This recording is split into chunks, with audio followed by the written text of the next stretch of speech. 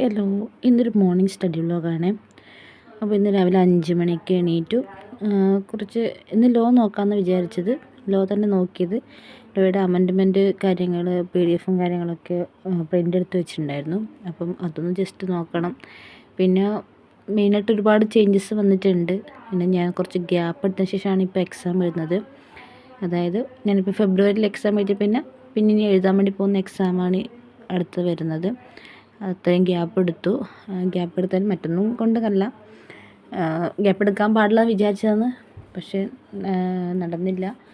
Pregnant ആയിരുന്നു. അതുകൊണ്ട് തന്നെ ഡെലിവറിയും കാര്യങ്ങളും കഴിഞ്ഞു. കുറച്ചാണ് റെസ്റ്റും കാര്യങ്ങളും, കുട്ടിയെ നോക്കലും കാര്യങ്ങളും. പിന്നെ കുട്ടിക്കൊരു സർജറി ഉണ്ടായിരുന്നു. അപ്പോൾ അതൊക്കെ കഴിഞ്ഞ് ഒന്ന് ശാന്തമായി വരുന്നു എന്ന് പറയാം. ഇപ്പം ഞാൻ ലോയാണ് ഇപ്പം എടുത്ത് നോക്കിക്കൊണ്ടിരിക്കുന്നത്. ആ ലോയിൽ ഒരുപാട് സെക്ഷൻസിലും റൂൾസിലൊക്കെ മാറ്റം വന്നിട്ടുണ്ട്. സെക്ഷൻ ചേഞ്ചസ് വന്ന സമയത്ത് ഞാൻ കുറച്ച് പഠിച്ചിട്ടുണ്ടായിരുന്നു. പക്ഷേ റൂള് മാറിയത് ഒട്ടും തന്നെ പഠിച്ചിട്ടുണ്ടായിരുന്നില്ല. അപ്പം ആദ്യം മുതലേ എന്തൊക്കെ മാറ്റങ്ങളാണോ ആ മാറ്റങ്ങൾ മാത്രം നോക്കി പോകാമെന്ന് ആദ്യം വിചാരിച്ചു.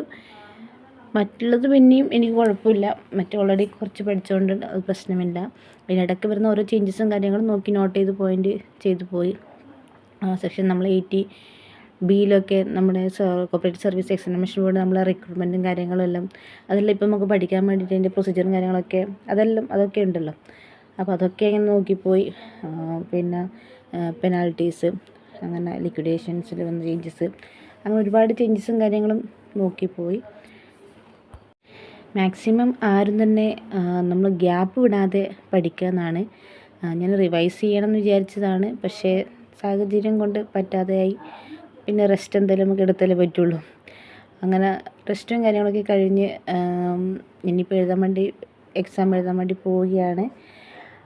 പല കാര്യങ്ങളും പഠിച്ചതിൽ ഭൂരിഭാഗം കാര്യങ്ങളും മറന്നുപോയൊരു സിറ്റുവേഷനാണ് ഉണ്ടായിട്ടുള്ളത്. പിന്നീട് വീണ്ടും അത് ആദ്യം മുതലേ പഠിക്കുന്ന രീതിയിലേക്കാണ് ഇപ്പം എത്തിയിരിക്കുന്നത്. അതുകൊണ്ട് തന്നെ ആരും തന്നെ നിങ്ങൾ പഠിച്ചത് നിങ്ങൾ കണ്ടിന്യൂസ് തുടർന്ന് പോകേണ്ടി നോക്കുക. ഇല്ലെങ്കിൽ നിങ്ങൾ റിവിഷൻ ചെയ്യാൻ വേണ്ടി ടൈം കണ്ടെത്തുക. നമ്മൾ നോക്കാതിരിക്കുന്ന തോറും നമ്മളത് മനസ്സിൽ നമ്മളെ ആ ഓരോ പോയിൻറ്റും നമ്മളെന്നും നോക്കി ഇതിൽ നിന്നും പോയിക്കൊണ്ടിരിക്കുകയാണ്. അപ്പോൾ ആ ഒരു ചേഞ്ച് ഇത് വരുത്തിക്കാതെ നമ്മളത് കണ്ടിന്യൂസ്ലി റിവൈസ് ചെയ്യാനെങ്കിലും നോക്കുക.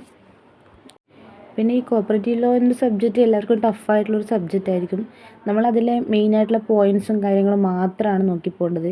എങ്ങനെ പഠിക്കണം എന്ന് വെച്ചാൽ, ഞാൻ പഠിക്കുന്ന രീതി വെച്ചാൽ ആ സെക്ഷനും അതിൻ്റെ ആ റൂളും ഇമ്പോർട്ടൻസ് ആയിട്ടുള്ള സെക്ഷൻസ് റൂൾ. ഇപ്പോൾ ഈ പ്രീവിയസ് ഇയർ ക്വസ്റ്റ്യൻസ് നോക്കിയാൽ നമുക്കറിയാം ഏതെല്ലാം ഭാഗത്താണ് കൂടുതൽ ഇമ്പോർട്ടൻസ് കൊടുക്കേണ്ടതെന്ന്.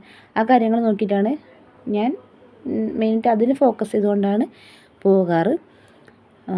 അപ്പോൾ ഇന്നൊരു 2 മണിക്കൂറെടുത്തോളം പഠിച്ചു, രാവിലെ 7 മണി വരെ.